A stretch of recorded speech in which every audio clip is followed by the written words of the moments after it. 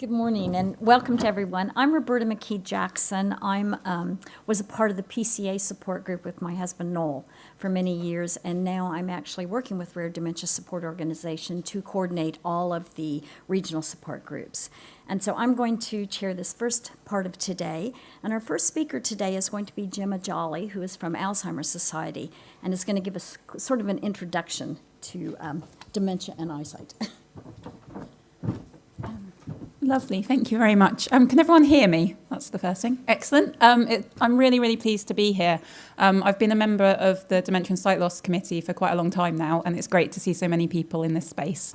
As Roberta said, I'm just going to give a really brief overview on dementia and sight loss. You're going to hear much more detailed things later on today, but I just thought it would be good to get everyone sort of in the same place to start with.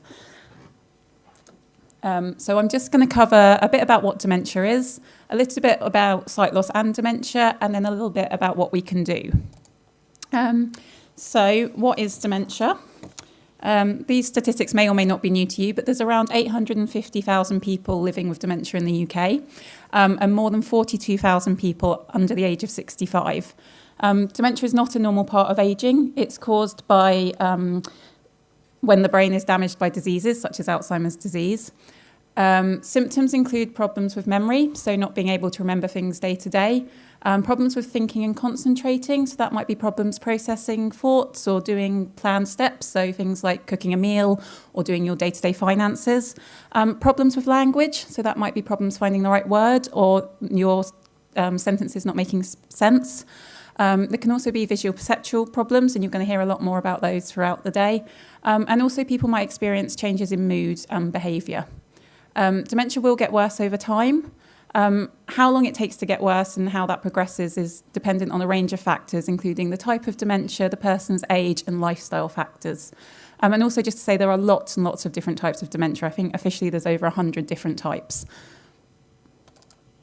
So just to go into the types of dementia a little bit, Alzheimer's disease is the most common form of dementia. I think it accounts for about 62% of all diagnoses of dementia. And that's where plaques and tangles form in the brain, cause nerve cells to die, and that then leads to the brain shrinking and people experiencing problems. The first most common problem is problems with memory in Alzheimer's disease. Vascular dementia. This is caused when there's a problem with the blood supply to the brain, and oxygen causes the death of nerve cells. It can be caused by a stroke, can be caused by a series of mini strokes, or it can be caused by a disease deep inside the brain, blood vessels in the brain. So there's different types of vascular dementia.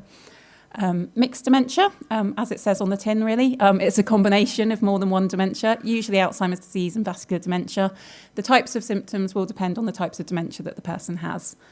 Dementia with Lewy bodies. This is where there's tiny sort of proteins that build up in the brain that cause the death of nerve cells and the brain shrinkage.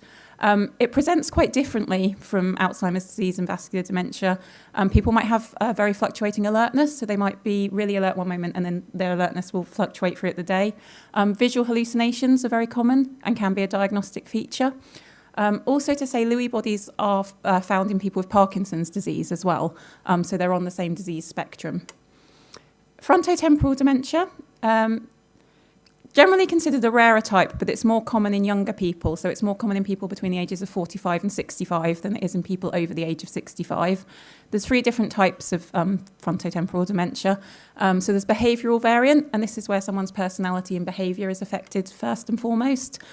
Semantic dementia and progressive non-fluent aphasia, and they're where language is affected. So people might struggle to find words or their sentences might not make sense. And then rarer causes, there's lots and lots of things that cause dementia, but the one I've mentioned here is posterior cortical atrophy, also known as PCA, and that's where the damage is at the back of your head. You can't see because I've got too much hair, but I do have a back of the head, and it tends to be problems with perception, and also people might have problems with reading and writing and that kind of thing, but not so much memory loss, and you're going to hear far more about PCA from people who know a lot more than I do later on today. So dementia and sight loss as concurrent conditions.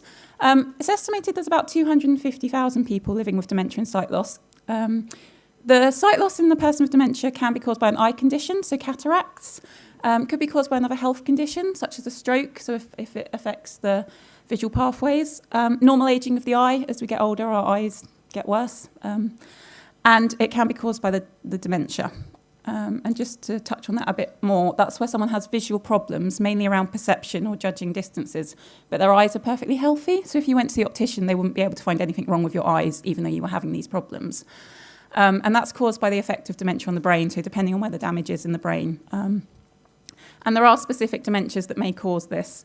Lewy body dementias, which includes dementia with Lewy bodies, but also Parkinson's disease dementia, posterior cortical atrophy or PCA, and Alzheimer's disease as well.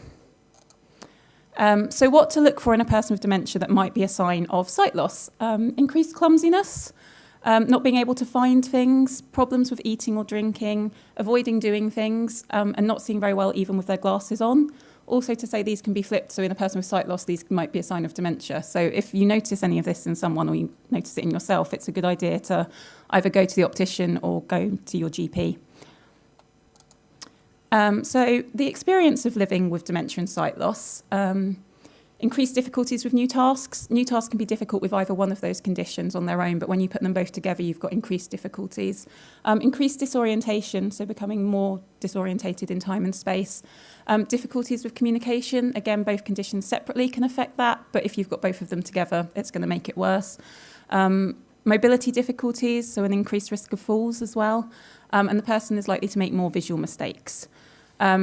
And also to say that your coping strategies, so your traditional coping strategies that we all have for things we find difficult, might start to become less effective. So if you've got dementia and you've used visual prompts, for example, to help you with your dementia, if you start to have problems with your sight, then those visual prompts are not going to work so well. And it can often be seen as just being because you've got dementia. So it's just like, oh, you've got dementia, things get worse, that's normal. It's not necessarily normal. Don't take that. Get it investigated. Also, people will experience an increase in social isolation, and a range of losses around independence, activity, and their coping strategies. People might become particularly worried about someone and their safety, and often when we become worried about someone, we try to take over and keep them safe, but that can mean that we're also taking away that person's independence, so it's important to balance that. Other people don't understand. I mean, you'd think with dementia and sight loss being so prevalent in society, people would understand, but they really don't. And that can be one of the hardest things. It's how people react to people and what they expect of the person. And you're more likely to experience anxiety because of your difficulties and the loss of self-confidence. So I know that all sounds quite negative, but there is stuff that can be done, and that's why we're here today. It's not all negative. There's lots of things that we can do. So regular eye tests every 2 years, unless someone suggests otherwise. Keep to the 3 C's, so make sure your glasses are current, so they're the right glasses, the most up-to-date prescription. They're clean. Again, sounds really simple, but my granddad used to wear dirty glasses all the time because he forgot to clean them. And they're correct, so if you wear different glasses for different activities, it's important to make sure that it's the right glasses for the right activity. Good lighting. I can't get the words out for how important good lighting is for everyone, but as we get older, we need more light anyway. And so good lighting can make a huge difference. Making use of natural light, avoiding glare, avoiding shadows, all these things can really support someone to maintain their independence. Colour contrast, so things like a black toilet seat on a white toilet can really help people. Really simple, not that difficult, not that expensive, but makes a huge difference to someone. And adapting the environment, so removing any trip hazards such as rugs or clutter, looking at the lighting, any background noises that might be off-putting for the person, thinking about any other conditions that they might have. So as Matt mentioned in his opening speech, people are living with 3, 4, 5, 6, 7, 8, you name it, number of concurrent conditions. So think about those as well. And just a word on eye tests. Often people might think that a person with dementia can't have an eye test. That's not true. And you're going to hear more about this later, I'm sure, but they can be adapted for people with dementia. And things that can help: tell the optician about the person's dementia, because if they don't know about it, they can't do anything about it.